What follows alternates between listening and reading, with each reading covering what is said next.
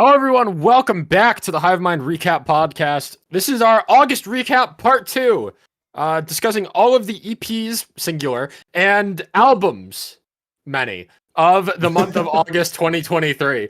We had to split this month up into 2 episodes simply because there was a lot to talk about. And it's Jake's fault. Too. No, it's not because there's a lot to talk to. It's just Jake's fault. We just blame him. Is it really? Yep. I back that. I can support that. That's I added more albums than Jake, admittedly. Okay, we hate everybody that's name starts with a J. Yeah. So everyone legendary. That sounds about right. Let's go. Wait, shit.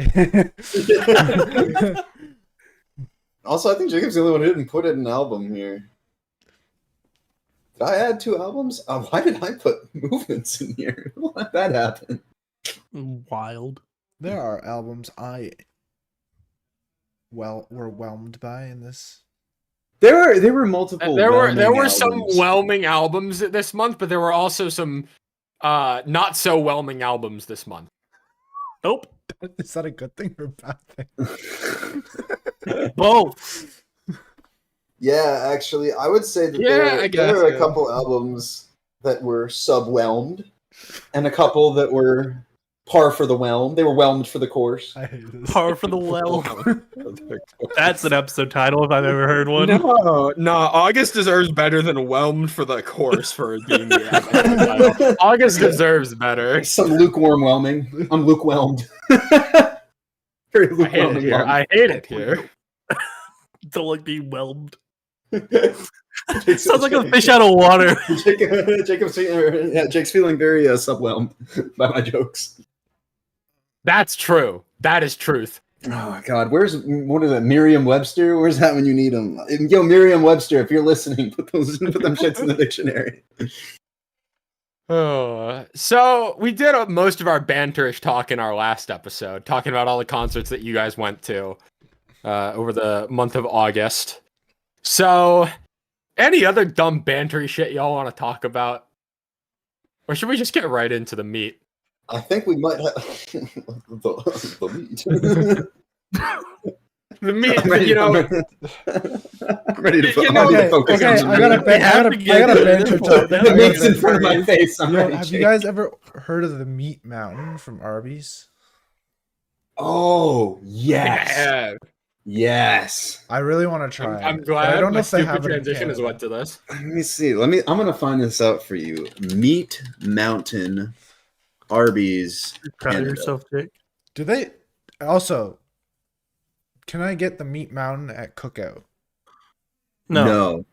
There is no Meat Mountain at Cookout. What is Cookout's comparison? The signature thing? They have like 40 or 50 different milkshakes. Yeah, it's shakes and burgers pretty much. But like the amount of food you can get is just absurd. Like so quesadillas are sides. No. You order like a tray. So you can get like a sandwich or whatever kind of fucking burger you want, or chicken sandwich or whatever, or you can get like 4 chicken tenders. And then me, that's me. I need to go. Why didn't we go when I was there? I don't know. I don't fucking know. I've made several mistakes when you were down here, and that was definitely one of them. I want you to hear this, Jacob. Are you ready? This is like if you get like if you just get like a regular ass burger and you don't get any of the specialty burgers, it adds like $1 or $2. If you just get like a plain regular burger, LTO, and 2 chicken quesadillas as your side with a large soda is $5.99. God bless America. I think you're hyping him up to be very subwhelmed when he comes down. I don't think so, man. No, this sounds awesome. Cookout is beautiful. So what is that, like $8.99 Canadian? Something like that? Probably, yeah. Now, if you get you can get like 2 patties on your burger or whatever, and then like you can get like a specialty whatever. So the trick is to know which sides are worth the money. So you can get a whole fucking corn dog as your side too if you want. But if you get like cheese curds, which are fucking delicious, by the way, they were good. They usually only give you like 4 or 5 since you can double up on them. So like if you get it as your double side, it'll equate to just getting a regular side order of cheese curds. But if you just get like 1 and 1, then you're wasting your side. So you got to go optimal. Mind blown by American fast food right now. Dude, the Cajun fries, God bless. God bless. Five Guys in Cookout have some damn good Cajun fries. Okay, we have Five Guys here. Right? Yeah. There's Five a, Guys Cajun fries go. There's a place down here called Dirty Buffalo. It's a wing place, Ooh. and they do fries, but they allow you to basically coat them like you would the wings. So there's rubs and sauces for all the fries. It's so fucking good. Like a really good Cajun rub on fries with a little bit of sauce. Phenomenal. I went to Buffalo Wild Wing and I was whelmed when I went. Yeah, We don't have that here. I've never heard it called the B-dubs before. You've never heard it called B-dubs? I've never heard it called that. That is so fucked up. Maybe it's very specifically regional. My age. It could be regional. It could be regional. I think it also could just be the fact that I don't eat food and I'm not in with the lingo of most foods. There you go. Yeah, that is true. Well, they have like plain boneless nuggets or tenders or whatever. Like, salt and pepper. Yeah. Oh yeah. Salt and pepper. Also, I found you guys do have the Meat Mountain. Oh yeah. It is. Are you ready? It's roast beef, ham, turkey, Montreal smoked meat, chicken tenders, bacon, and a slice of cheddar and a slice of Swiss. This is incredible.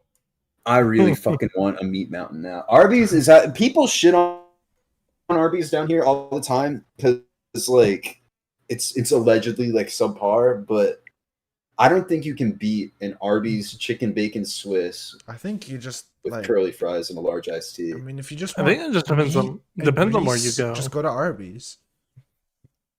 Yeah, that's what I'm saying. People apparently Arby's had breakfast. Did you guys know Arby's had fucking breakfast? No. I feel like an Arby's breakfast would suck. this is going on way too long, but Wendy's in America has breakfast and they do not here. Yes, it's crazy. It's the best. It is the best. I think it's like so good. It's them and Taco Bell do like Taco Bell has breakfast too. Yeah. You can get like sausage quesadillas. They have a breakfast crunch wrap.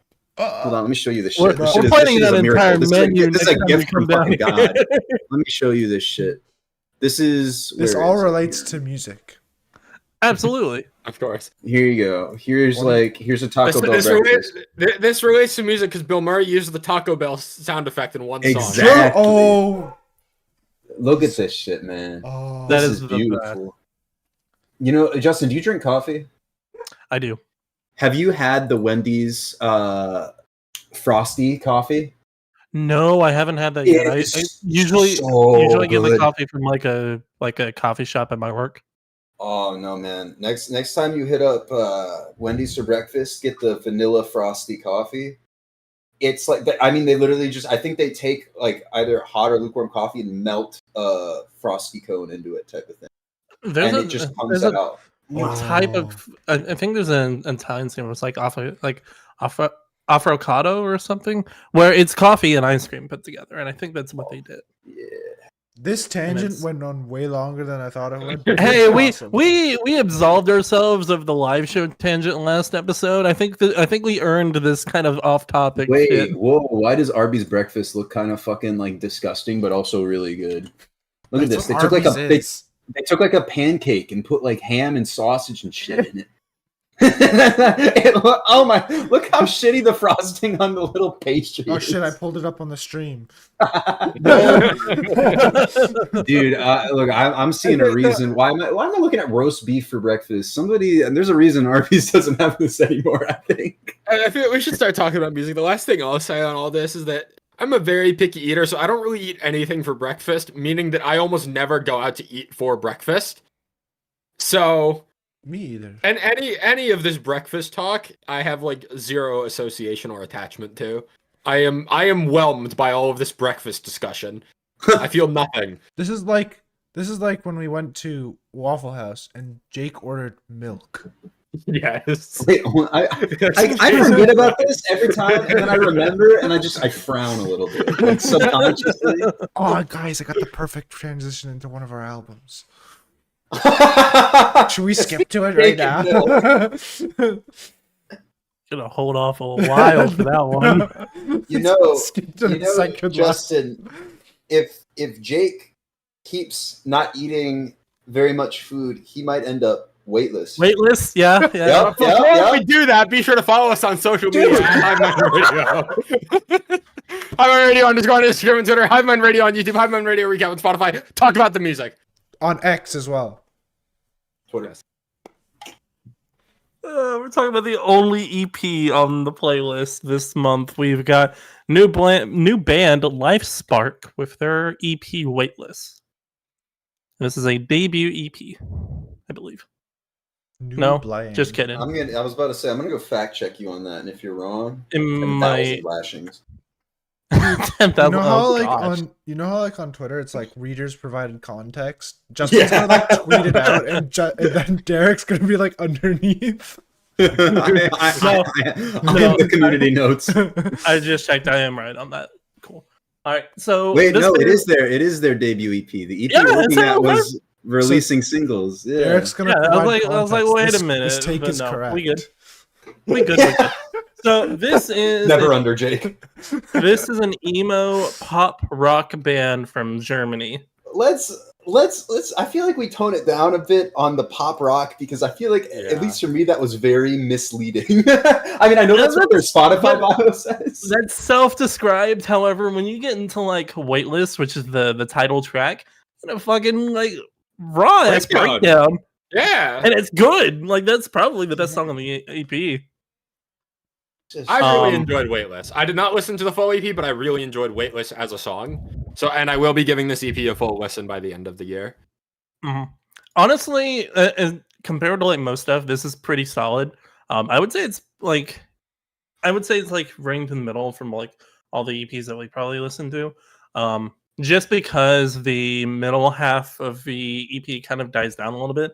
Like I kind of lost interest when Rain Dancer and Delirium were playing. But Stay Away kind of brought me back. It's very similar to Waitlist, where it's got a very similar energy and kind of tone to it. Got a really good backing on cleans to it as well. It's very nice. Not the one I don't remember too much of. Admittedly, I only like recently finished my second full listen of the EP, so not the one I don't quite recognize too much. But overall, like it's pretty solid and consistent for a debut EP. I don't think they're signed to anyone or anything, so this is just a instrumentally a solid debut independent release. I almost got vibes of Breathe Atlantis when listening to Waitlist, the opening track. Like kind of a hybrid between Soulmate and the breakdowns in Overdrive type thing. Yeah, I was thinking either that or there's another band that we talked about, Malfoy. Yeah, I remember one of those. That was like a while ago. Harry Potter. But no, overall, and I think it's pretty solid. You probably may see this like later in the year, depending on what other EPs drop. But instrumentally, I think it's really good. I just didn't save too much of the CP because it was overshadowed by so much other stuff when I found it. Yeah.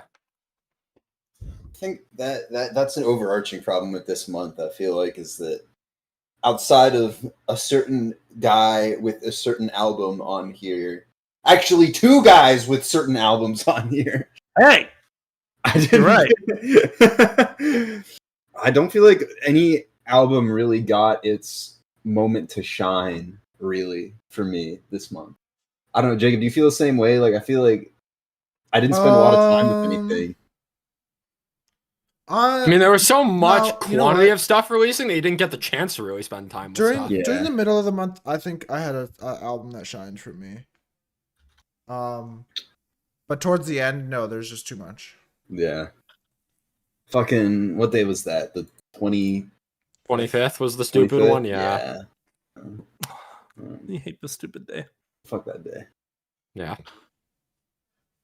Before we move on from the EPs, I do need to there's two other EPs I listened to this month that I didn't throw in the playlist. Magic Whatever released a debut EP featuring like kind of like alt rock kind of stuff. It was good. I enjoyed it. And then Sequoia, a band that we have previously talked about on the podcast, they also released their debut EP. Really solid hard rock stuff there as well. So just want to quickly shout out those since we aren't talking about them officially. Let's talk about the albums. Yeah. First album we're going to be talking about is the band Camino with their album The Dark. How are we feeling about this one? I mean, it's all right. Yeah. By the way, Jacob said that. I get the feeling he's gonna say that exact phrase multiple times this episode. Actually, probably. This is very band Camino for me, where not only does it sound like the band Camino album, but then there's like 4 really good songs, and the rest I have to skip every single time. It's crazy how popular they are, and this is only their second album. This is only Wait, their really? second album? I thought they were on like 4. I thought they were too, and I'm looking at Spotify, and this is only their second. Okay, well they had like 8 bajillion EPs then, because Yeah, they I have a know ton there of have been EPs. projects. Like Okay, yeah, 20 they got an EPs. 8-song EP. Yeah. Yeah, I was see like, through you. "What?" That's really weird. I think this is probably like the most consistently good album on the playlist, I want to say. And I That's say great. that because their sound is very, very much well defined. Like when you listen to a Band Camino song, you are listening to what you get when you click that play button. That is true. You know, it's As opposed to as opposed to something like a lot of people complain when the new Dayseeker album dropped. Like that, yeah. it's that kind of thing where it's I got you. their entire You style know what you're is getting. melded into each song. Just had to fuck with you. You know. Yeah. Couple songs that I listen to here that I still go back to, and there are in my I Don't Have a Problem playlist. Are What Am I Missing and Novocaine. Those songs are very similar to See Through off their Try Hard EP, which is probably still one of their best songs. It's just got really, really good high energy choruses. The fucking the bass and the drums in What Am I Missing in the chorus, really fucking good. Novocaine is like it just goes like back and forth in the instrumentals and everything, and the lyrics, it's all very consistent. I really liked It's You, Afraid of the Dark, Novocaine, and Last Man in the World. I think are all very, very solid, safe but solid picks. I think this whole album is very safe too. I like you said, it's very Band Camino. You know what you're getting when you press play. I feel like they haven't really done much with their sound. Would you say that's they fair? follow the philosophy of if it ain't broke, don't fix. Yeah, No, I mean, but- anything that they experiment with is on other band stuff. Like one of the vocalists features on a couple stuff. He featured on Quicksand by Dayseeker and one of Bill Murray's tracks. Yeah, with Lorna Shore. Yeah, That is still the wildest really duo feature on any song. fucking weird. But no, otherwise, like it is what it is. It is what it is. No, that one Don Broco song is the Oh, crazy. With like 4 Action. features. Yeah, Action is still the half of us are fucking canceled now wild. feature list. Yeah. No, Caleb Pretty Show was much. there. Yeah, it's Caleb Shomo, Tyler Carter. Taka Moriuchi, right? From 1OK Rock, Tyler Carter, and Tillian. And Johnny Craig on the thought was on it, right? No, if Johnny Craig was on it, that'd be the best fucking song of all time. And it would still be the half of us are canceled on this song list. I really would.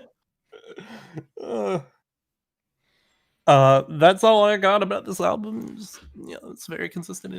It is what it is. I think if you like the band Camino, you will like this album. If you don't like the band Camino, you will probably not like this album. If I you're mean, a not fan even of Star that- Wars, not- you might like this album. I mean, not even the artist itself. It's any of that kind of pop, kind of almost edging into like punk style Yeah, music. I think it's definitely worth a listen. for sure. One of the albums is definitely polarizing in an opposite way because of the genre. Derek. Sure. Hail the Sun have dropped their newest album, Divine Intertention. With probably some of my favorite album art of the year. I really like the colors on this. That's what stood out to me. It is a nice piece of album art. That is true. I think I bought the vinyl for this.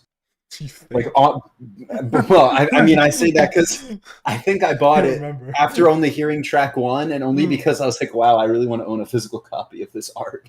That's it. I brought my little colored frisbee with mild expectations.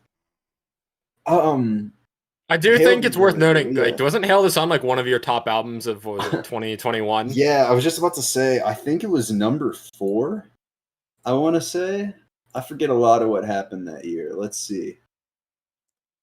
Sheet 3. Yup, it was number 4, which I was very surprised about because I'd never really been into Hail the Sun all that much. I like the song here and there, but then I started working with Chris Crummett, who normally works with Dance Gavin Dance, and something really clicked for me. There's something about that production style that I really like.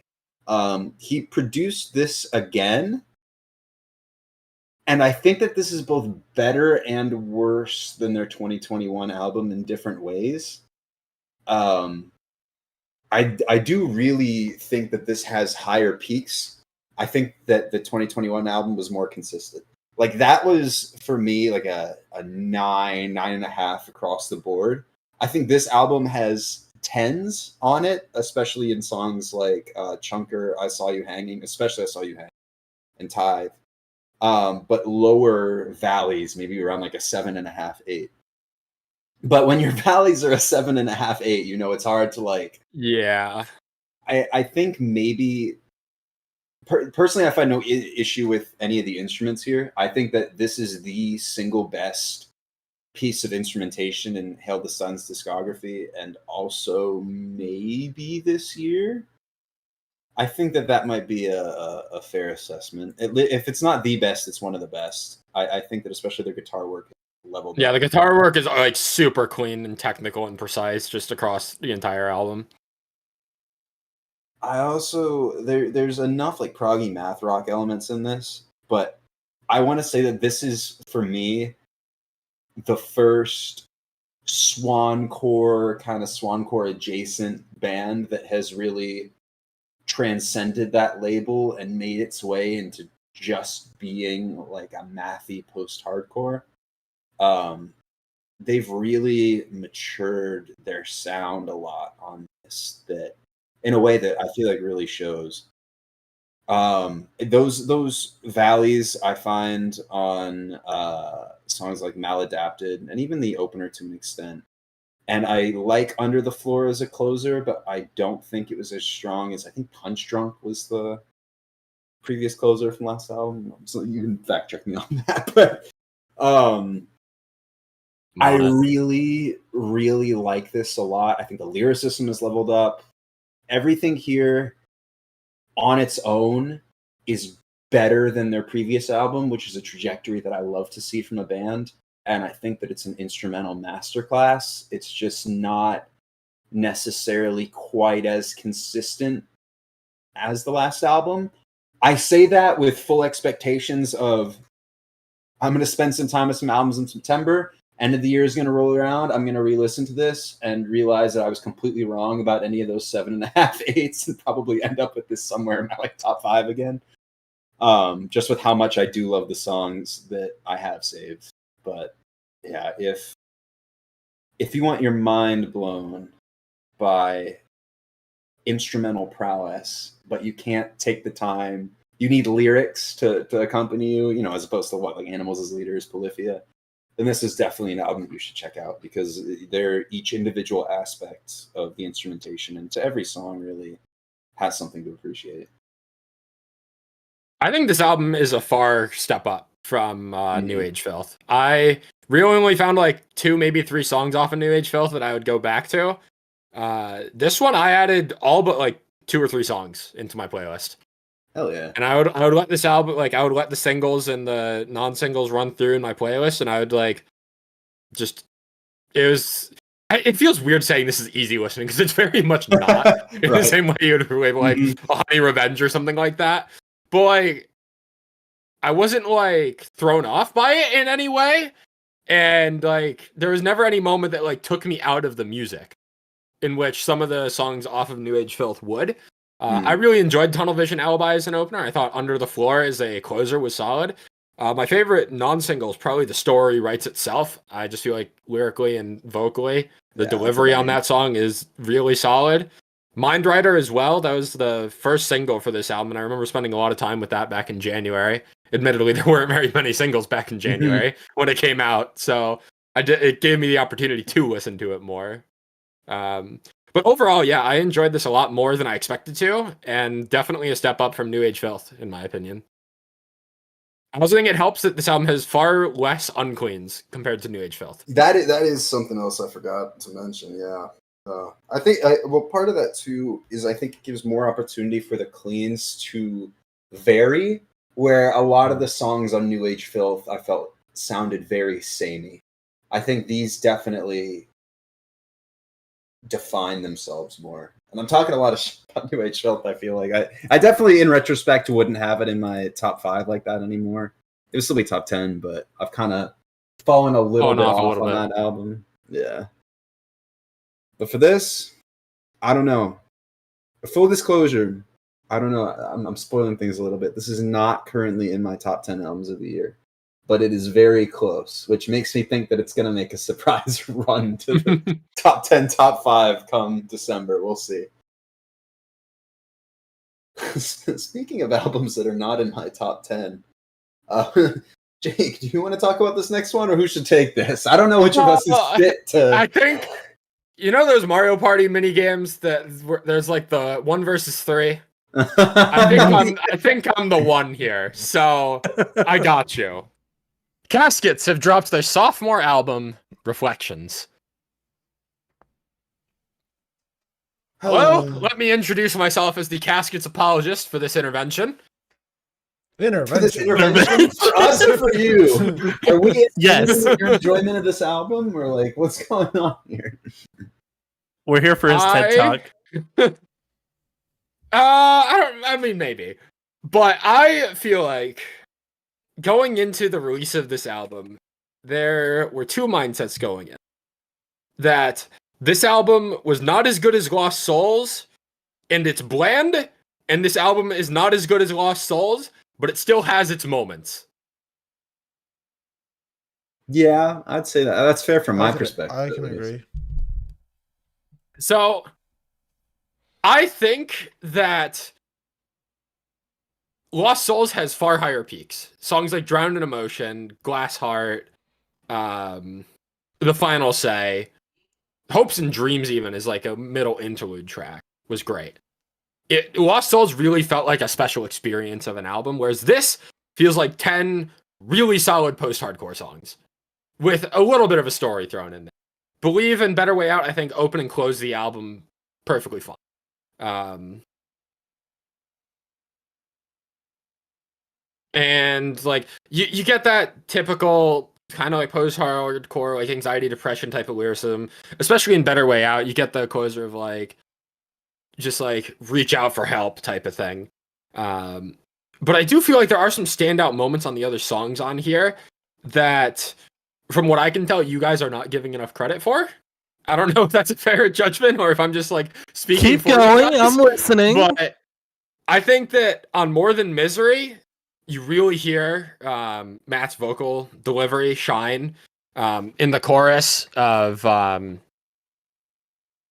Drag Me Down, because I'm better off lost than found. Just specifically that delivery on Drag Me Down, I think is fantastic. And then you also get the feature from Telly from The World Alive, and I think he sounds incredible on this song. His feature for the breakdown is fantastic. There's a small section where Matt and Telly both sing part of the breakdown vocals. Telly screams it, Matt sings it. It's beautiful. My favorite song on the album by far. I think songs like In the Silence and Too Late are both solid.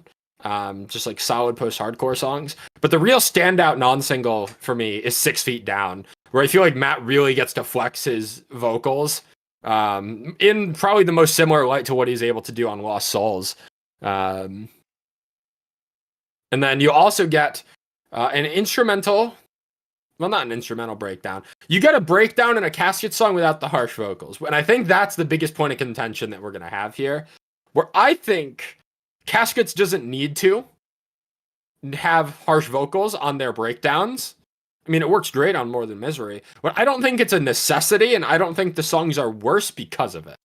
I think that Matt's vocal delivery on A War That I Wage into like that kind of melodramatic delivery for the rest of the breakdown works. Is it a little overplayed throughout the album? Yeah, sure. I think it's a little, like, it definitely happens, like, you can tell that, like, oh, it's building up into a breakdown, then every single time it's that same melodramatic delivery. But I don't think it's inherently wrong, because I still think it conveys the emotion that is trying to be conveyed by this album and by the song. All that said, I really enjoyed this. It's a borderline top 10 album of the year for me. I mean, admittedly, like the songs individually are really good. Like instrumentally, I think instrumentally this is better than Lost Souls. Is what I'll mention on that. Lyrically, kind of blends together. And then I gave this album a couple listens. I still have Better Way Out, Silhouettes, In the Silence, More Than Misery, and Believe saved. But I wish Matt would vary his vocal delivery. I kind of agree with Justin. It doesn't even have to be like unclean. It doesn't have to be screaming. I just feel like this album is a little one-noted. It all sounds the same, and it's definitely more one-noted than Lost Souls. But I don't think like you guys. I don't know. Maybe it's just the way I'm interpreting it, but the way you guys are making it come across, it makes it sounds like he's like emotionless in his vocal delivery. I think it's too much of the same. Okay. That's the distinction I want to make there. Yeah, I've never said he is emotionless. It's more so it all sounds too similar. And especially hearing him live and knowing that he can vary up his vocal delivery if he actually tried. It's a bit of a disappointment. I almost think like even getting another one of the guys to sing might be like a dual clean vocalist dynamic. Yeah, a little bit of shift in there I think would be fine, but otherwise, they're good at what they do. It's great. They're fucking successful. Crazy successful right now. Remember when we checked them out, they were less than like tens of thousands of monthly listeners, and they're like 1 point something mil. 1.6. That's crazy. 1.7. Yeah. Crazy. Even more popular than Dayseeker and Holding Absence, which they run that tour with them, right? Like that's it's so wild. I remember it was Glass Heart, and I think Lost and Echoes were both getting like Octane radio play. And I think that this album, I think the best way that I could put it would be that it's stuck. Like if I heard it, it's stuck in between, in a sense that if I heard it on the radio, I'd be like, wow, this is really good for like a rock radio song. But then I hear it compared to stuff that's not on the radio, and I'm like, it's fine. I think I almost feel like this would be better as like an EP. Mm-hmm. Cut a few songs. I could get behind that, actually. I could get behind that. Admittedly, it's because I don't have very many EPs I'm very attached to this year. But it's fine. It's like I can microdose Caskets. But an album is just too much of the same. I think Believe is my favorite song. Funnily enough. Good one. Yeah. I do think Believe is a better opener than The Only Ones. That's probably the biggest step up that they've made, whereas I think the peaks across the rest of Reflections are much lower than Lost Souls. I do think Believe is a stronger opener than The Only Ones. I bet if their name was still Captives, this would be a better album.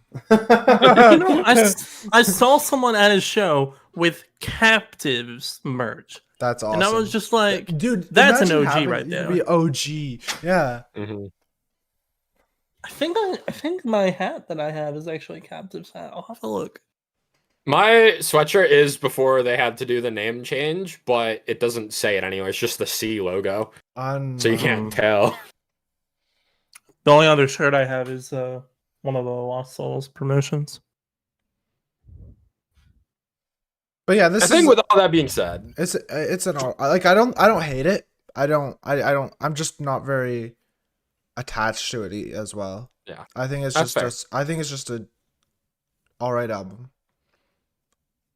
I mean, it's all right. if you like post-hardcore and you like clean vocals primarily, and you don't like, I think it's more if you like post-hardcore and you don't like harsh vocals. Caskets are that band.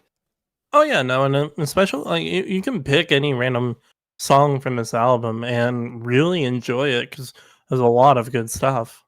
That is another thing I would like to say is like putting these songs individually in a playlist. They'll all be good. It's just too much of the same. It's kind of like Lorna Shore, actually, in that way. Like, Real, actually. Yeah. It's just too much of the same. Yeah. But otherwise, we haven't touched on Guiding Light. Guiding Light's another really solid song on this album. Wasn't that the lead single? It was the lead single, yeah. Yeah. It was the lead single, yeah. I just wanted to touch on it since we hadn't really touched on it yet here.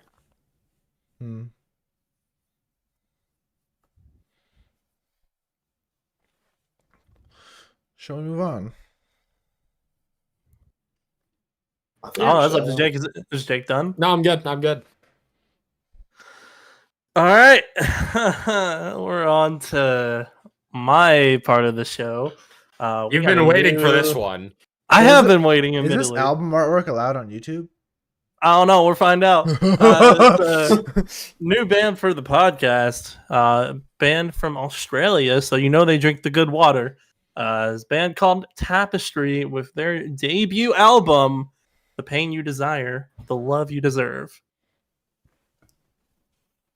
I say this, I think probably twice a year. Is this the best debut album by a new band? No. Ever? Yeah, Jake has a point. Very true. I want to make a comment here, but I have to refrain myself for fear of you got 4 or 5 albums to go, buddy. Let's. I'm waiting for the "it's fine," and then my soul just. Oh, this is more than fine. This is more than fine. I know. I'm excited. So this, I've been silent. No.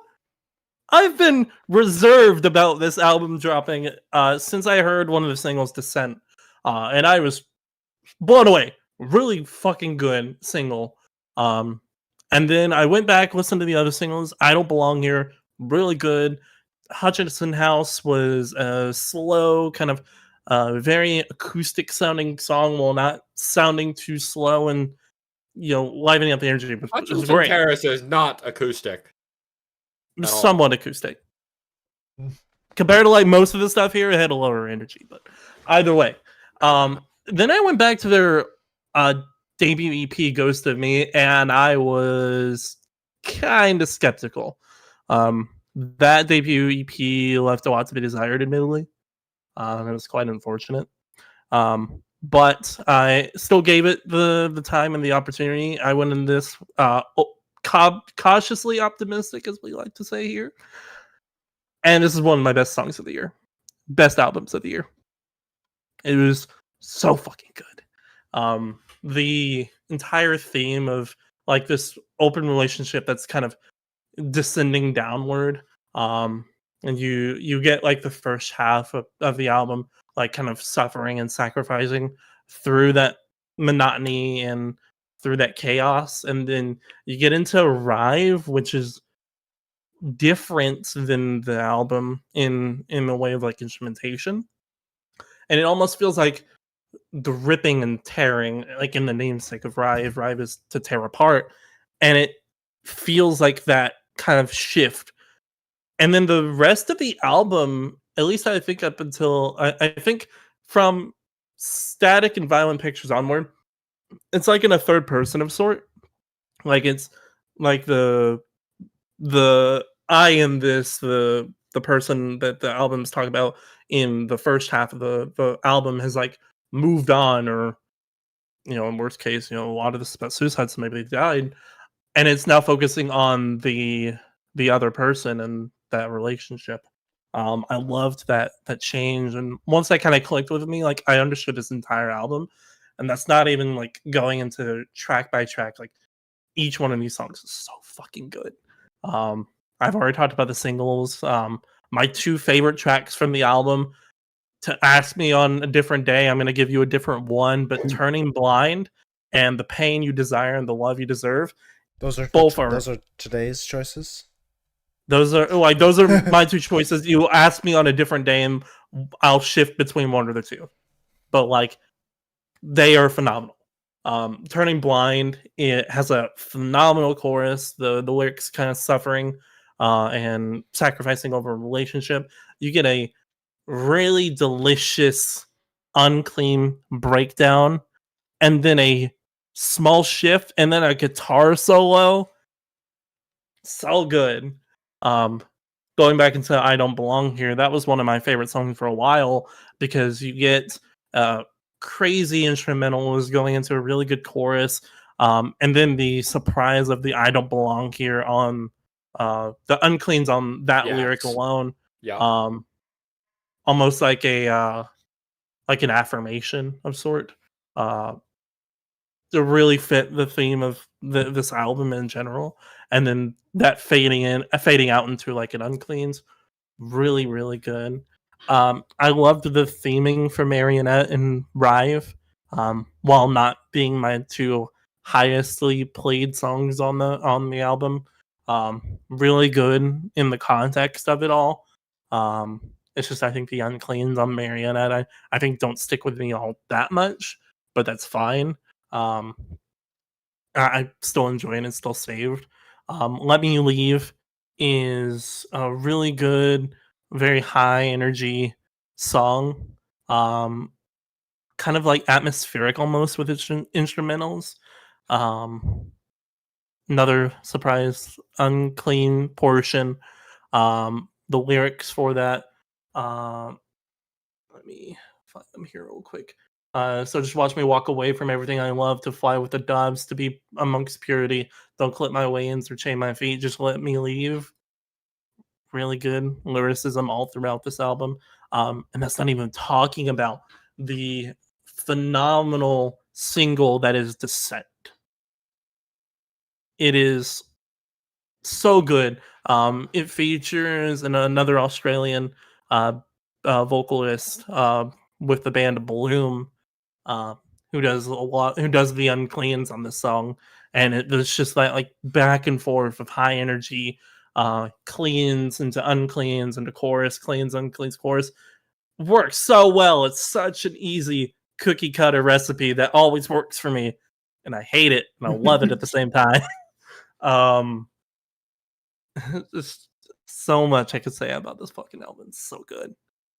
That being said, I did look at reviews for this, and some things were correct on this, where a lot of it can stagnate a little bit, especially if you go from like Marionette probably down to Violent Pictures. I think if like individually some of those songs don't really work well together, you really have to like listen to them in the context of the album to like really kind of understand and enjoy them more. But I don't care. You're so real for that. Yeah. It's still such a really good. I've loved this album ever since it's dropped. I don't want to talk about how many plays I have on this fucking thing compared to everything else. I'm gonna go find out actually right now. And I can tell you. He's fact checking. While you do that, I can tell you. I'm looking at it right now. I can tell you. I'm gonna do this. Okay. What do you mean the server members at? Man, okay, so here, you guys talk about the album. I'm gonna run this, and then Jacob and Jake can both guess and see if they're over or under. Okay, Derek, I'm looking at it. If you want to guess as well, that's fine.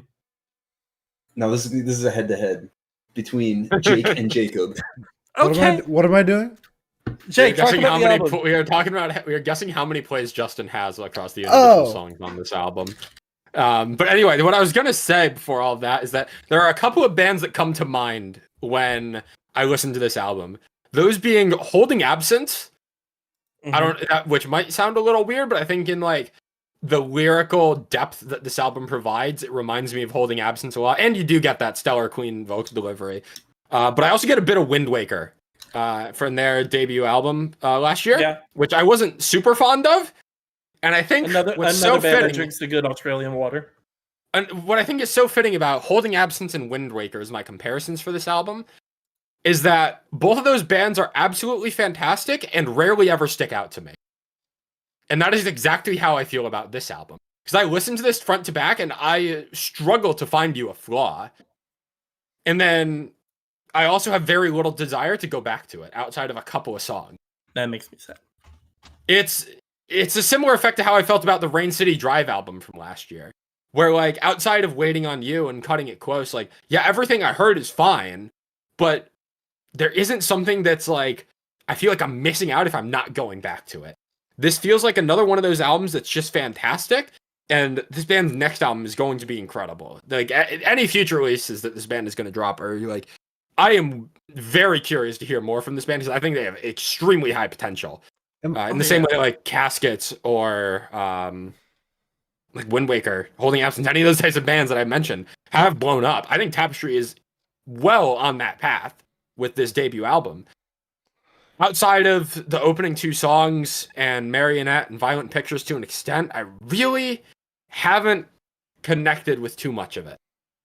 It's all solid. If I throw it on, I'm not complaining. But it's one of those things where like I get to the end of the song and I feel like I barely remember what I just heard. What do you think about a Traceless comparison? Yeah, I can get behind that. I can get behind that. I also kind of thought of like Picturesque, especially in like the vocal delivery, or maybe even a Too Close to Touch. I don't know. That's just on the vocals. Yeah, I can see a little bit of both.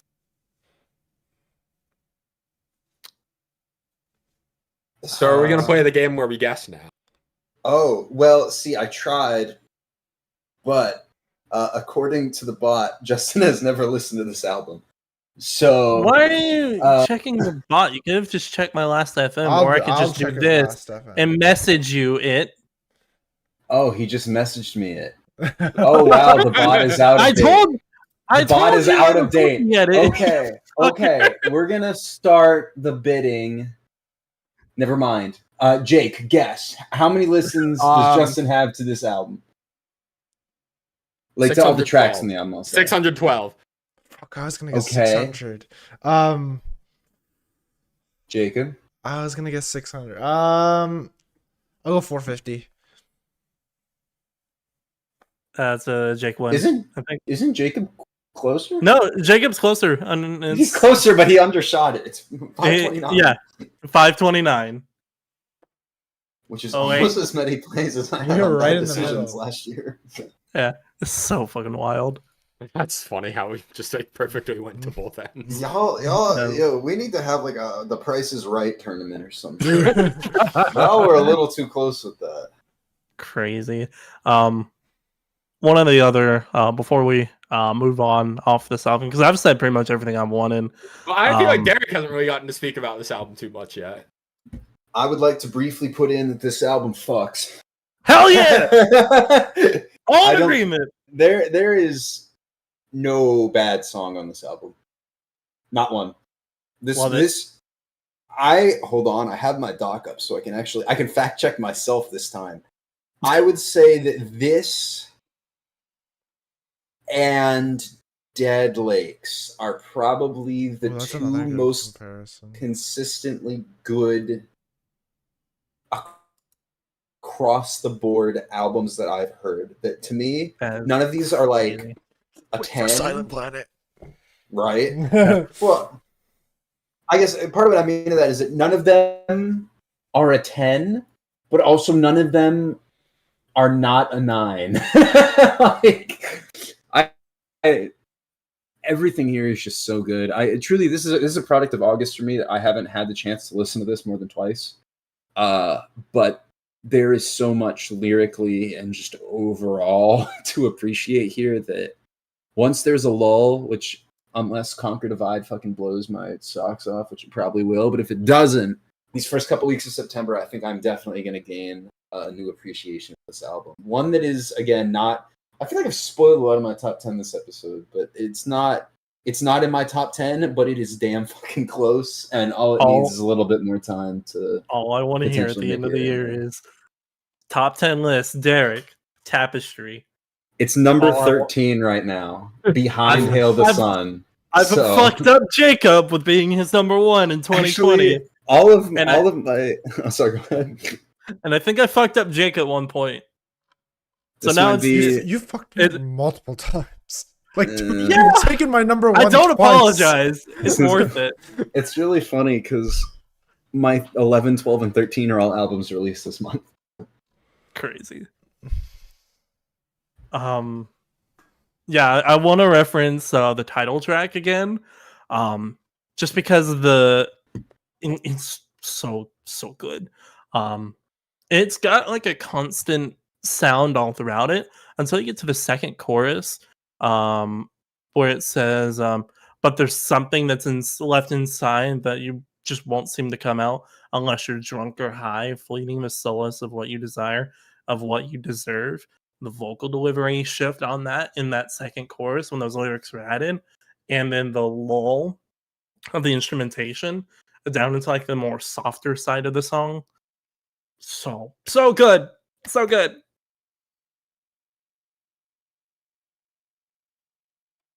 Guys, would it be crazy to say if this was somewhere in my top 10? Honestly, I don't know anymore. I feel like it might be your most disappointing album of the year. I don't know. At this fucking point, who knows? If we had I feel like if we could give alignments to everybody's top 10, you're definitely absolutely chaotic evil. It's chaotic evil for sure. What's that begs mine? the question: what is everybody else's? Jake's is probably lawful neutral or some shit. Lawful neutral, I could see that. Or neutral good, some neutral. Jacob would probably be like a neutral good. I feel like mine's pretty obvious. Actually, I almost want to say Jake could be chaotic good because you get Alpha Wolf next to Garden. Fair. No Garden album this year, I don't think, right? Unfortunately, no. I think Derek is also just chaotic good because of the range of music. Hey guys, here's my top 10. We haven't talked about 7 of these albums. Let's go. It's just as bad this year, folks. Is there anything else we want to say on this album before we move on? I need a reason to shut up about it. No, other than if you aren't already convinced to listen to this, vouch, yeah. Bro, listen to this album, please. I beg of you. There have been a lot of damn good debut albums this year. This is another one to add to that list. Yes, absolutely.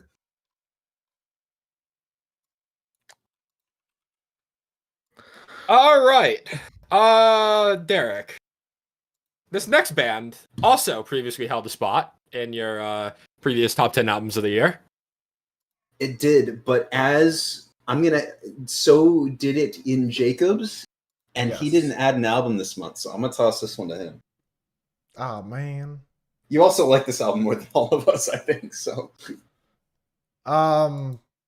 Movements have released their 3rd album, I think. Yeah. Ruckus, which is in contention for worst album art of the year. I would challenge anybody to find one that's worse. Yeah. Picturesque. Picturesque. Yeah. Oh yeah. Yeah. Let this be a lesson. Do not just make your album art letters. I guess they're trying to go for a circus type of vibe, but maybe this is not a circus type of vibe. No, I thought it was I don't know 1980s cartoonish TV ad text type thing. This is like the album is coming out in 2 days, and the album art file corrupted on the hard drive. Shit. What do we do? We're all in a boardroom. Microsoft Word. Yeah, right. So, What do we think about the quality of the album in comparison to the album art? This is a better album than No Good Left to Give. That is not true, but this is a pretty good album.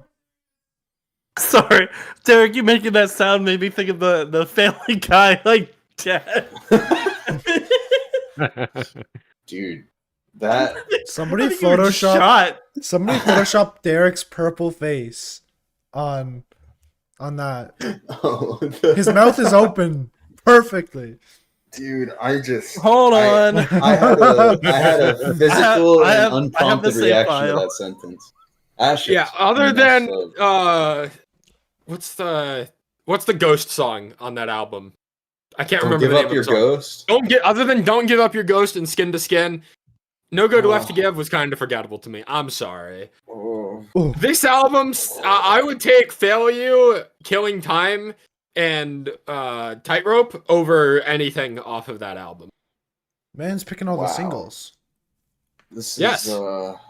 this is certainly a Jake take if I've ever heard one. Yeah, I don't know about that one, Jake. I think this album is Take it from someone who is not very fond of movements and is now very pleased with what I got. Can we at least settle there? I won't settle, but for the sake of You're- simplicity, I'll you're allow it. not one of us now. No. Understood. I'm going to take out a lead pipe. And send him to heaven. Yeah. I hope you choke. I hope you choke, Jake. Make me do a little dance with death. You have failed me. Understood. At this point, we're just killing time. I mean, at least we split this episode into two, so we can. For real. I enjoyed this album a lot more than I thought I would. Going into it, I was really underwhelmed by the 3 singles I listened to, which were Killing Time, Lead Pipe, and Fail You, all the songs Jake mentioned before. I was very underwhelmed by... No, I did Tightrope. I mentioned Tightrope. Oh, you not did Lead mention Pipe. Tightrope. That is Lead Pipe's that is a probably single, 4, though. that is a single I did not listen to until I heard the album. Yes. And I wanted to mention it last episode, but Tightrope, not songs that are named Tightrope this month kind of popped off. Yeah. Although this was Also, this was released a little earlier, but shout I out heard it. Tightrope by The Score, which was released in 2017. Another good song named Tightrope, anyway. So, Derek, I feel like this subject matter is actually very similar to previous movements' work, but the tone of the album is not. If I that concur makes with that. sense. Nope, I'm right there with you. Which I'm kind of okay with.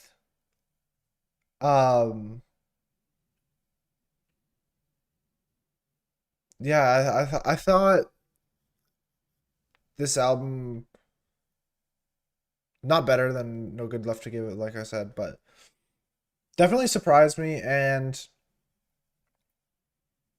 songs that I really enjoyed are like I said, Tightrope, You're One of Us Now, AMP, which I still don't know what that means, but also A enjoyed that one. Movements project. Really? I have no fucking idea.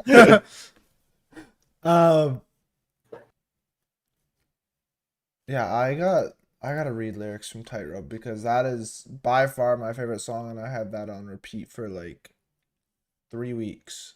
No, 2 weeks. Especially like the ending when they blend the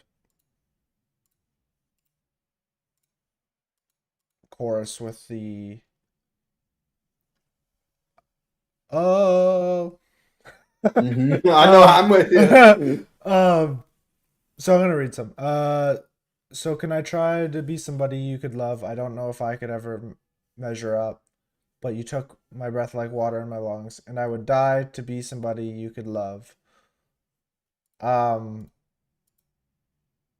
It's a beautiful song. God, yeah. I would say definitely the most emotional song on the album. I That think. is what got me, dude. the emotion, Yeah. don't remind me I could never be enough. Yeah, that part as well. The bridge and the chorus mixed together. Yeah, I really just love the emotion. You get almost. I feel like that song could even fit on "No Good Left to Give." I think it's the most similar to No Good Left to Give. That's Admittedly, I haven't probably spent as much time, but from what I remember of that album that I did not spend very much time with, Tightrope is more in line with that compared to the rest of the album, which is a bit of a sonic difference. Like, it's definitely, I think what you said about like lyrically similar, but like the tone is different is very accurate. Like, this song has a very, not song, this album has a very different energy to it. It's more upbeat and involved instrumentally than No Good Left to Give was, and I think that's why I'm liking it more. Because the songs that were more involved instrumentally on No Good Left to Give, like Don't Give Up Your Ghost, were the songs that I enjoyed more. And songs like Killing Time and Failure, which have really memorable guitar and bass moments in the chorus and the verses, stick with me. And I also think the vocal delivery on those songs are much more hooky than movement songs in the past. I can agree with that. There's the picture. Yeah, I got the chorus of AMP stuck in my head as well. I also noticed like on that song, it's a lot more. It's not really sad. It's more like lustful, honestly. Which you get a little bit of mixture between sad, lustful, sad, which is kind of like we've been getting a lot of that lately with like Bad Omens, Sleep Token.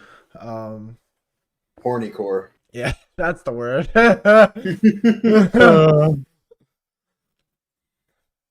What does that say about me? Oh God. Derek, what is your favorite song? I Hope You Choke. That is not what I expected. That seems excessive. How dare you? Fuck your question. I think it's that, and then Tightrope, and then either Coeur d'Alene or You're One of Us Now.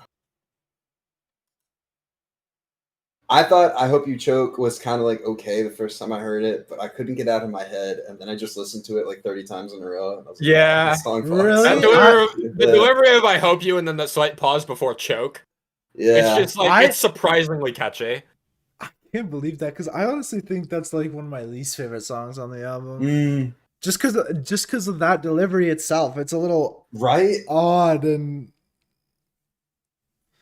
it's definitely a hit or miss delivery, I'll say. I did like the first time I heard that, I'm like, and I was mid on it. I'm like, I'm either gonna end up loving this or hating this. Like, it's very, I don't even want to say unorthodox because I feel like I've heard it a lot, or at least before, but different than anything else on the album, which makes it, I guess, a little bit more polarizing. But no, I ended up loving it. I still don't love this album as a whole. I think I will forever be stuck in. I finally, you know what it is?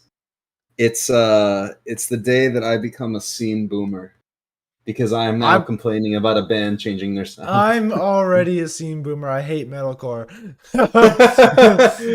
Yeah, metalcore. Are we talking about any metalcore albums? We aren't, are we? Oh no, we are. We are. I love that album. It's funny because most of the shows I go to are metalcore. Yeah, it's cursed with the fact that like the new material is for the most part so played out and boring, but it's never gonna be bad live. Like, I'm never gonna not enjoy a live breakdown. Yeah. I will continue complaining about these bands and buying tickets to their album tours. That's honestly so true. Oh God. So when's the movement song with a breakdown? I mean, we got some. I would say maybe there might be something like close on that first EP. All right, well, I haven't gone that far back, so yeah, you need to make. I gotta work on that move. You need to make a movement to their discography. I very much do. After No Good Left to Give, I really didn't have much desire to go further back into their discography. After this album, I'm more curious now. Yeah, I think the problem with this for me is that, like you mentioned, Jacob, the more that I listen to some of these songs, the more I realize that a lot of the same lyricism that I love is still there. It's just, I feel like it works very well in conjunction with the older movement sound, and not so much with this. Which is why, like, Tightrope and Coeur d'Alene, I feel like strike a bit stronger of a chord with me than some of the other songs. I can't agree. Honestly, I feel like we're gonna be talking about this at the end of the year. This might be a sleeper, like a high top 10, like 8 or 9 or something. Yeah. If the last three songs didn't leave me as underwhelmed as I am about them, you think AMP is underwhelming? Yeah, I mean, You're One of Us Now and I Hope You Choke are the only of the non-singles that really did anything for me. Those last three I did not spend much time with. Like, if those last 3 songs were songs that I found more enjoyment out of, I think we're talking about a sleeper top 10 for me, even. The songs I like with how much time I spent with Killing Time and Failure, and even Tightrope, with like how much of an emotional chord that song hits, like, this album is so close to being on that borderline. Which is not something I would have expected to have said after. It's funny for me because the songs I like on this album are mirrored. So I like the opener and the closer and the 4 songs in the middle. But track 2 and 3, Killing Time and Lead Pipe, and then AMP and Dance of Death, I don't like all that much. A lot of conflicting opinions going on here. I gotta sell AMP for you. This might be the most polarizing album. I will say that of the songs that I did not like, I have not gone back to them. So there is an opportunity. I was just very honestly a little bit bored listening to this album at points. Your expectations ruined it for you. It really, they did, but I want movements. It's not a case of like, I wish I could get over my own expectations so I could enjoy this. It's, I actively want those expectations to be met. I think older movements material just means too much to me at this point, that like deviations from that, I will find, at least if this album is any indication, I will find value in them, but I will never like them as much. I can't, like, I'm really connected to, or I was really connected to No Good Left to Give, but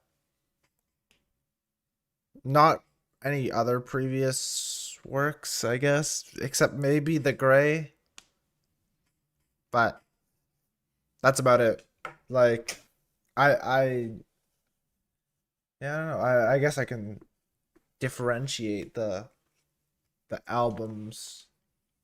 It's not an artist that I'm like, oh, they have to sound like this or else I don't like them. It's more like, I appreciate, it's kind of like Boston Manor for me. I was like, I love Welcome to the Neighborhood, but I also I hate Glue, but then I also love Datara, or however you say it. Yeah, I got no clue. Anyway, I feel like we talked about this enough. Yeah, we talked about this enough. Justin, give us one sentence of your thoughts on this album. And what is your favorite song? It good, I guess. Question mark. And your favorite song? Honestly, I didn't have any of them saved, so I think the one I stuck with the most was Tightrope. Good choice. We take those. Right. If not Tightrope, it was Killing Time. All right, good picks, Justin. Let's move on to this next album. When I didn't hear it because the closer is what it is. Yeah, so I feel like we've mentioned a lot lately about how many bands are dropping the closer as not just a single, but the lead single. The primary culprit of that sin is what we're about to talk about. Point North and their album Prepare for Despair. No. The first one to do it was Imminence, and I hate them for it. True, actually. True. That's very true. Actually, it wasn't the lead single, but it was I think it was the second single. Second. Or so maybe Point North are the lead culprit still then. I retract my retractment. He's sticking with the stickman. Yes. All right, all So- signs point north. Point North was a top 10 album of 2020 for me with their debut album, Brand New Vision. And it was one of Justin's favorite albums of that year, if I'm not was mistaken. Like my number 2, number top- 3, something like that. Yeah, top 3. The difference between then and now is that after that album, Point North were touring with the likes of a Concrete Castles. Now, they are the support for an Escape the Fate tour. Ooh. And I feel like that kind of sums up the change in sound. That does sum up the change in sound. I didn't even listen to this album, and I already know. With that being said, I do think there are some really good songs on here, and there are redeeming qualities to it. It is just not the same consistency and high peaks that Brand New Vision was able to reach with songs like Into the Dark and Are You Listening? Or No One's Listening, I mean. I think songs like Recover, what is the other one? Someone You Don't Know, bangers. Even other songs. I think Dark Days as a closer is really solid. Safe and Sound, really solid. It's just Point North kind of lost their unique identity, I feel like. They sound, I hate saying it, but they do sound a little more generic at this point. Yeah. Yeah. And I mean, hey, they're getting like Safe and Sound was like one of the top songs on Octane I saw on Instagram not too long ago. So like clearly it's working for him. That's a banger. I will not talk poorly of that song. But just like as an album, I don't know, it's just not hitting the same. I think of like there was a lot of moments on Brand New Vision that made it stick out, and I think like one of the songs that really did it for me was Distant, is like that really slow track in the middle of the album. Mm-hmm. Prepare for Despair doesn't have a song like that. I think at most you get like Your Wish Is My Command. Even then, it's not really that. It's not the same as a Distant. I don't know. I do think that like this album has redeeming qualities. I don't want to shit on it because I did find a lot of things to like about it. I enjoyed it almost more than I expected to, but it didn't really stick with me for too long. And I also think that's partially just a victim of its release date, of it being August and how stacked it was. I definitely spent more time listening to Movements compared to this Point North album.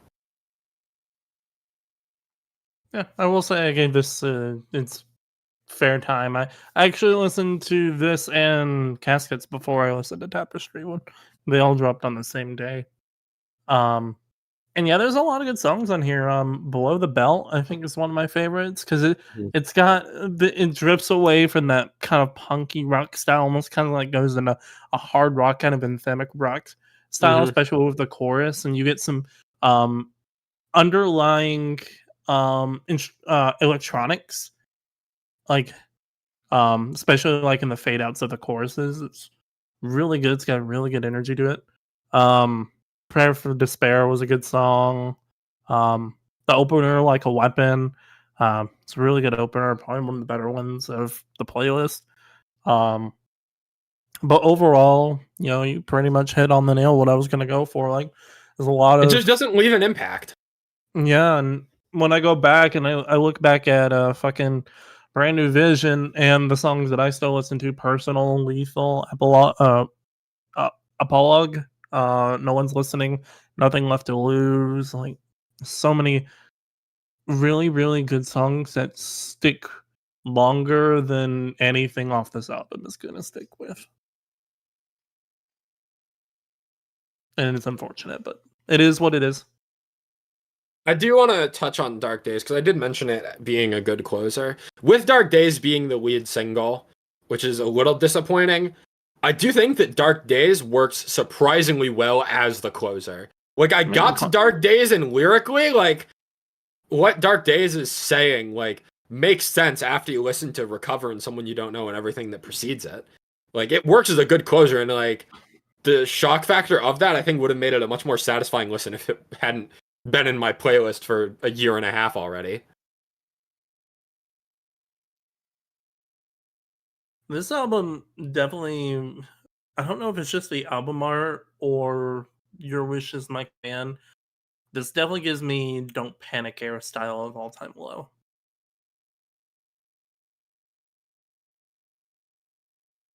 I can't. From what I've heard, I'll give that to you.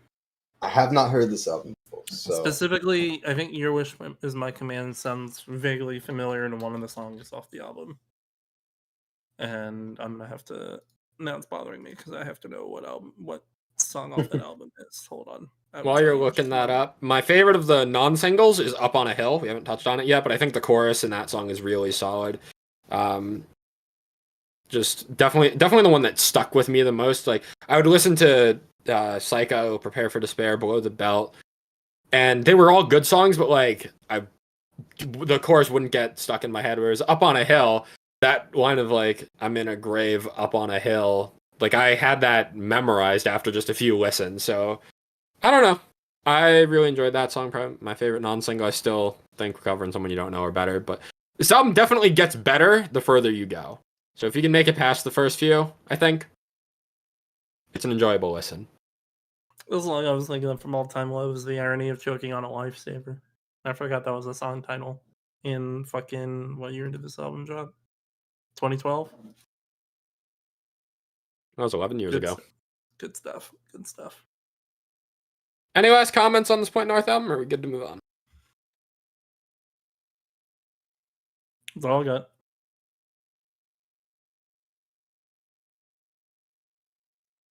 Justin, tell us about this next one.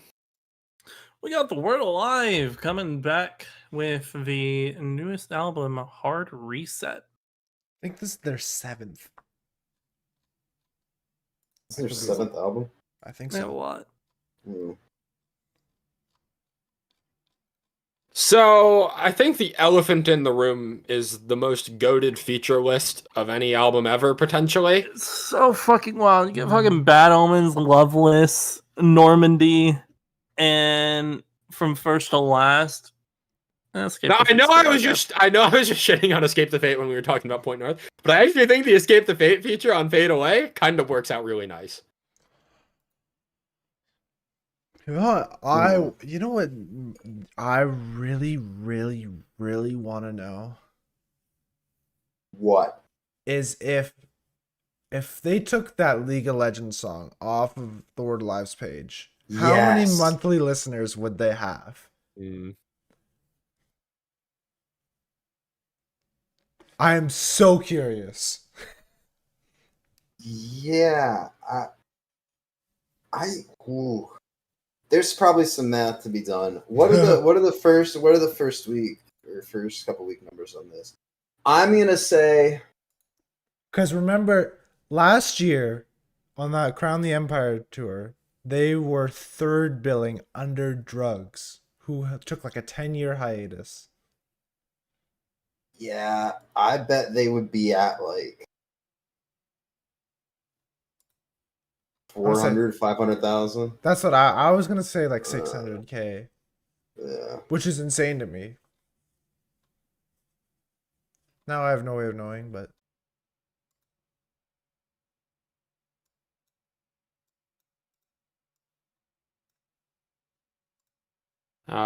maybe it's back up.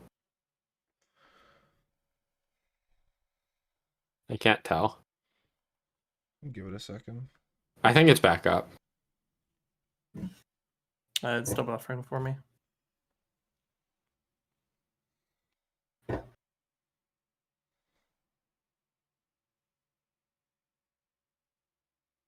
But I don't.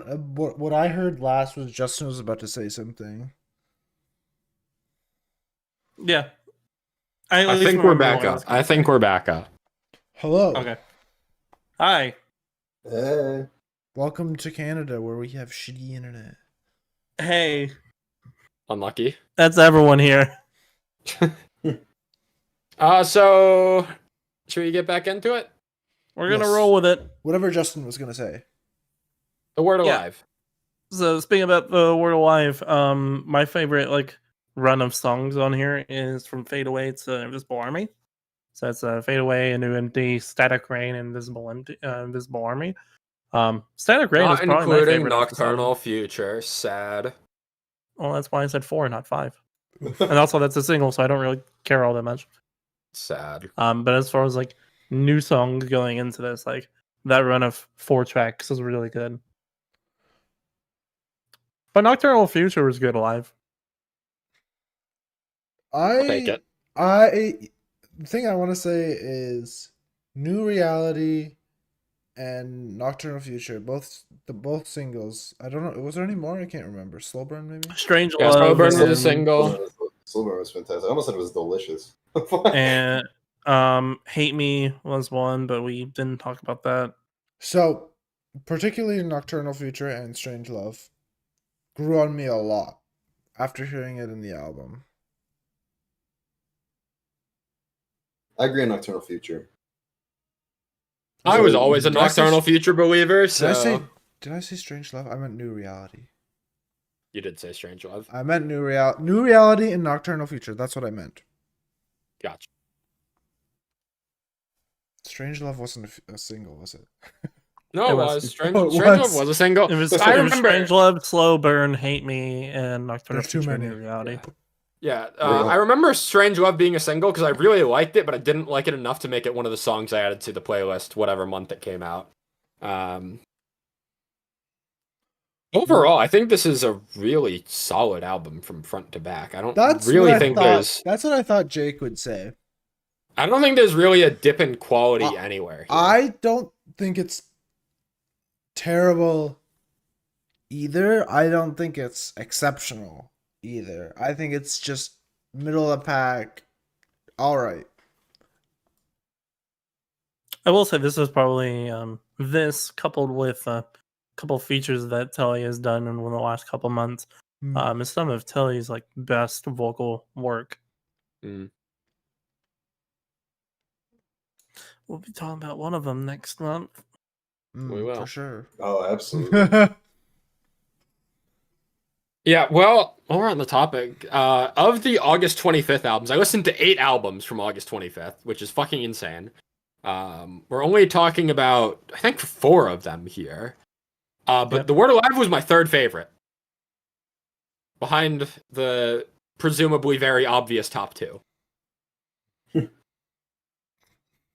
Yeah, I'd say those are a little. We'll get That's to It's a little those. obvious. So, With that being said, there were a couple of underwhelming songs on here. I am still not huge on New Reality. And I also think that War With You is a bit of an underwhelming closer. That's an okay take. I really like how aggressive he gets at the end of War With You. That's guess what just with, makes it like, seem how- like a closer. Yeah, I don't know. I didn't spend that much time with War With You, and how much time I spent with other songs on this album that I connected to more. War With You kind of just fell to the wayside. With that being said about the closer being underwhelming, I think the opener of The Word Alive Is Dead into Hard Reset is a fantastic way to open this album. I hate the name. The Word Is Dead. That is so. Well, no, it's because of the marketing for this was that The Word Alive is not the band, it's the fan base. So it's saying like the past is dead essentially, and this is like where they're going from I here. feel like there's like multiple meanings actually. It's like the Yeah. word alive is not alive, it's dead. Or it's them being like cringy and be like, oh, the word alive isn't heavy anymore. We're dead. They're dead. They could be poking fun at themselves. In Fame on Fire cover band type style. Bring Me did that too with Heavy metal. heavy metal. Mm-hmm. It was way better executed. If that was the intention with that song, Bring Me did it way better. I don't know the intention though. I didn't really read the lyrics. Yeah.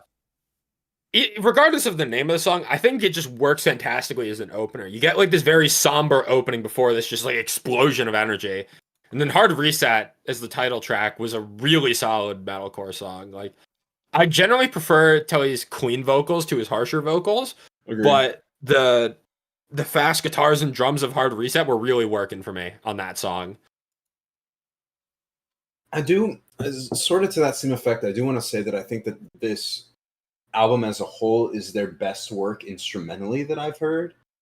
Or if nothing else, at least on the mix, I felt that the bass in particular was really, really clear on this album. And there was, I want to say it was Static Rain. I can't remember.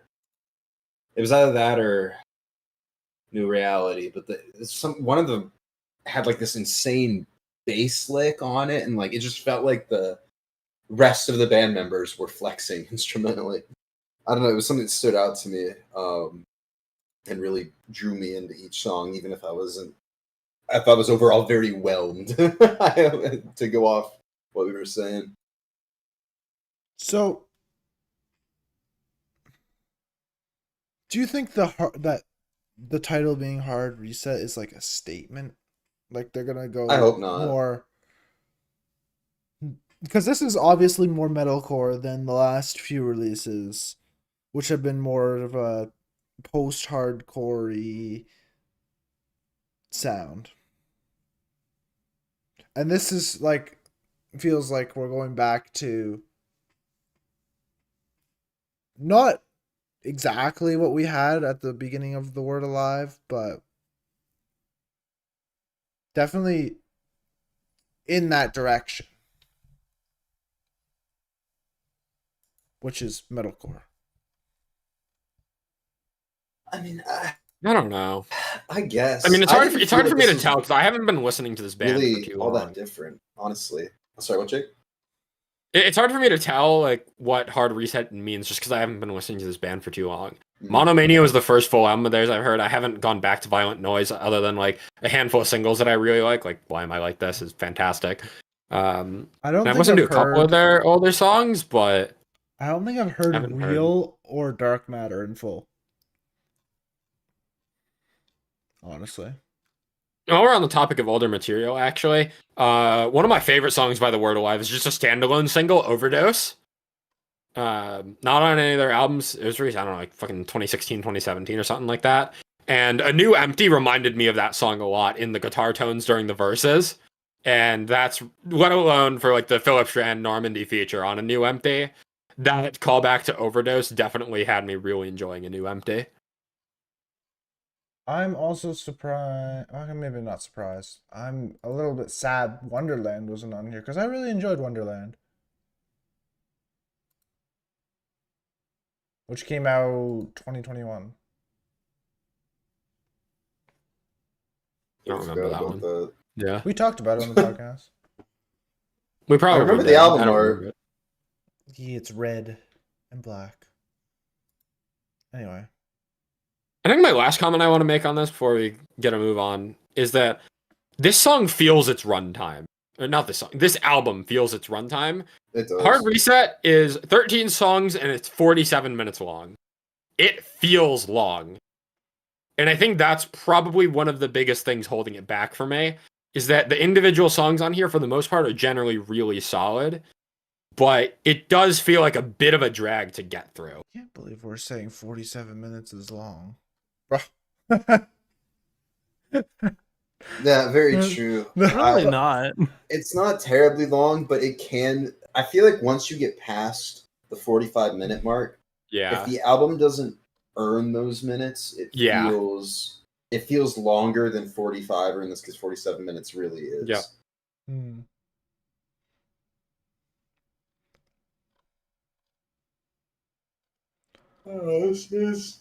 It has its moments, but I feel like this is just another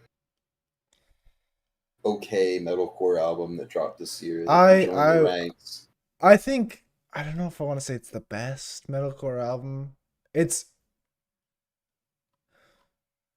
And that's a pretty low bar for me, honestly. I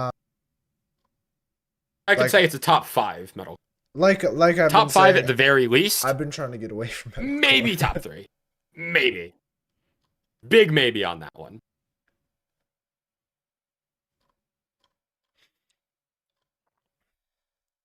Shall we move on? I had a transition for this, but I think it might get me shot. Not in Canada. I was gonna say, speaking of albums that feel their runtime, but I felt a little leading and almost misleading to my own thoughts. So, kind of based, honestly. Holding Absence have dropped their newest album, The Noble Art of Self-Destruction. I am very, very, very curious about what Justin thinks about this. Because I feel Can like I just get it out of the way first? The Noble Art of Self-Destruction is by far the coolest name to any album this year. Find me a better album name than The Noble Art of Self-Destruction. I'll wait. The pain you desire, the love you seek. No, The wrong. love you deserve. Super Bloom. Ruckus! Ruckus? Exclamation point! Okay, you know what? Ruck might have done it. Ruck might have done it. Yeah, get rucked, idiot. I wasn't there for that. I wasn't there for that, guys. Somebody let me in. Anyway, Holding Absence. Oh, shit. The Noble Art of Self-Destruction is one of the albums of this year. I think that's underselling it. I don't fuck with that opinion. Justin, I really want you to go now, Justin. Okay. Holding Absence continue that trend of having really, really good and really catching singles for me. And the album, one way or another, doesn't quite do it as much as I was hoping for. It happened with The Greatest Mistake of My Life, which had some really good songs to it. No More Roses, Die Alone in Your Lover's Arms, Celebration song. Even going back to In Circles as a single, that was really good. This album, admittedly, does kind of suffer the same fate. You still have phenomenal singles like A Crooked Melody, Scissors, False Dawn, Honeymoon, especially in the context of the album, is really good. There were some teasers for this album that kind of got me pretty interested. And kind of going back into it, I think it's rare that I'm going to say this. I think it's too short of an album. I think if it had like one or two more tracks to really kind of testament a little bit, because we heard nearly half of the album as singles. And they're all four lined up together. They're not even spaced out. So like the first half of the album, it's already something you've already kind of listened to, minus the opener. The last half is all different, which is a good thing. They didn't drop the closer. Death Nonetheless, it's a really good Holding Absence song, all things considered. I would say it's probably the best of the non-singles. I would disagree there. I think The Angel and the Marble is definitely the best song on this album. That's also really good. If not Death Nonetheless, I'd say The Angel and the Marble. Admittedly, I have not had enough time with the last 3 songs on the album, because when I listen to albums, it's during work. And a lot of the time I'm like stopping the album to like get work done and then restart it when I have a lull. And this kind of suffered the fate where I would start from the beginning, listen to it, and then when I got to about maybe halfway to Her Wings, I would have to stop it. So I hadn't really had enough time to give the last 3 to 4 songs their proper time in the context of the album. I had to kind of listen to them individually to kind of get a sense of them.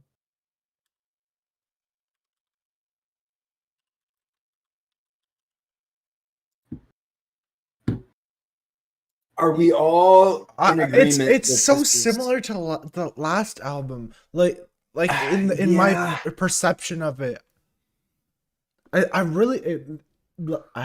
think Derek put it wonderful. I think it was Derek who put it wonderfully last time. It's like, this is the most beautiful thing that I do not like. Or I don't know what you said. I don't know. You said it. Yeah, something like that. Something like that. Yeah, it is the most beautiful album that I will probably never go back to. Yeah. Also, apparently there's an 11th track. What is that about? vinyl bonus track. Never mind. I don't know. I have it. Maybe I could listen to it. You gotta tell us. I'm not gonna lie, guys. I bought this vinyl because I expected this to be my album of the year. Mm-hmm. It's not. The singles were so strong, and I love the singles for The Greatest Mistake of My Life, but they were just way better. I feel like, besides like Afterlife. Like Afterlife is still probably my favorite Holding Absence song, but I don't know what it is. This is almost the Caskets effect, where I feel like each of these songs is good in a playlist, but then I listen to the album, and this ends up feeling longer than the Word Alive album. No, somehow. honestly, I don't like the Caskets comparison because this is definitely better, and it's absolutely a lot more. What's the word? I guess I just want to say like beautiful. Honestly, it's well. You go. Oh, sorry. No, that's it. I agree with you. It's more beautiful. It's more complex. It's more impressive. I think that this may even be. You hear Jacob in the background seething. No, I'm good. Or Jake, not Jacob. I felt the same way about The Greatest Mistake of My Life, where like this is going to be one of the best albums I heard this year, and it's not going to make it like anywhere close to my year list. And I don't know, at least for me, for some reason, these songs together feel very long. And I feel like it's because this album is meant to be a journey, which is why I apparently. Sorry, go ahead. What's up? Sorry to interrupt, but no, you're good. Apparently, all 3 albums are apparently part of like a story. If you look closely at the corner of the album art for this, there's a little 3 out of 3 in the corner. Yeah. Mm-hmm. See, now I want to go back and listen to like it's almost like Sleep Token. I want to go back. I already told that. I want to go back to listen to everything in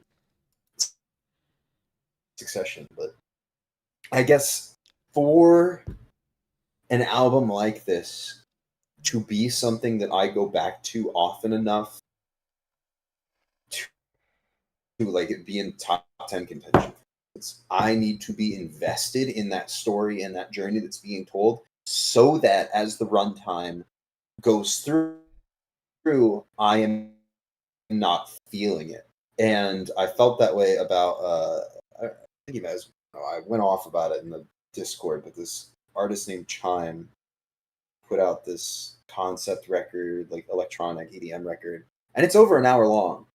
But I feel invested in that because I am engrossed in the story. For this, I'm not. Something is missing to get me hooked on it, and so it just ends up feeling a little longer. What I have to do is get, like you're saying, get engrossed in the story, and because I haven't really been paying attention to lyrics, I do have lyrics from The Angel and the Marble because beautiful song. Yeah, it is by far my favorite song on this album. But the I am a puzzle, I am a painting, I am a work of art in the making. Trust in your hand, trust in the process. I'm a work of art in the progress. I feel like that line is very fitting for Holding Absence as a band. It also seems like it feels like, I don't know how else to compare, but it feels like Euclid from Sleep Token Out. It feels like it's complete. This is the end. It feels like this is the book closing. This is the end of the last chapter. And I don't know if it's about Lucas, or I'm assuming Lucas wrote this, but I don't know for sure. It seems like he's grown as a person and he's moving on in his life. And that's what I've gathered from just this last song. I haven't gone deep into any other songs. I've just been really attached to this one just because of the lyricism. But I'd have to go deeper into other songs, and maybe we'll talk about it at the end of the year if I ever get to going deep into the album. We'll see. This has potential. I feel the same way. Yeah, I feel like I just need more time to digest it. I think Justin said that earlier as well. I think also like you can definitely tell they're experimenting more with their roots, so like post-hardcore, especially in tracks of Scissors, Her Wings, a little bit of Death Nonetheless. I like to see them kind of experimenting more a little bit. So if this is like the end of a quote unquote era, interested to see where it goes.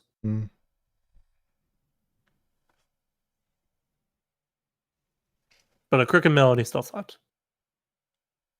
I do like the inclusion of more screamed vocals by Lucas. I think we talked about that on when they released the split EP with Alpha Wolf last year, and that we'd like to see more of that. And I'm really glad we got that. Still one of the fucking weirdest collaborations. But it works. It did. Way too well. Before we move on to these last two, I don't feel like I've said too much about this album, but this album really doesn't do anything for me other than False Dawn. I'm just so whelmed by this entire album, and I hate it. I don't know what else to say. This album just leaves me unbelievably whelmed. It's so beautiful, yet so like empty to me when I listen to it. It's like you're going to like an art museum and you can't interpret it fully. No. Yeah. You go into a mirror maze. You see one side of the mirror is Jake holding his framed picture of Caskets reflections, and then on the other side is us three holding the framed picture of Noble Art of Self-Destruction. Sorry.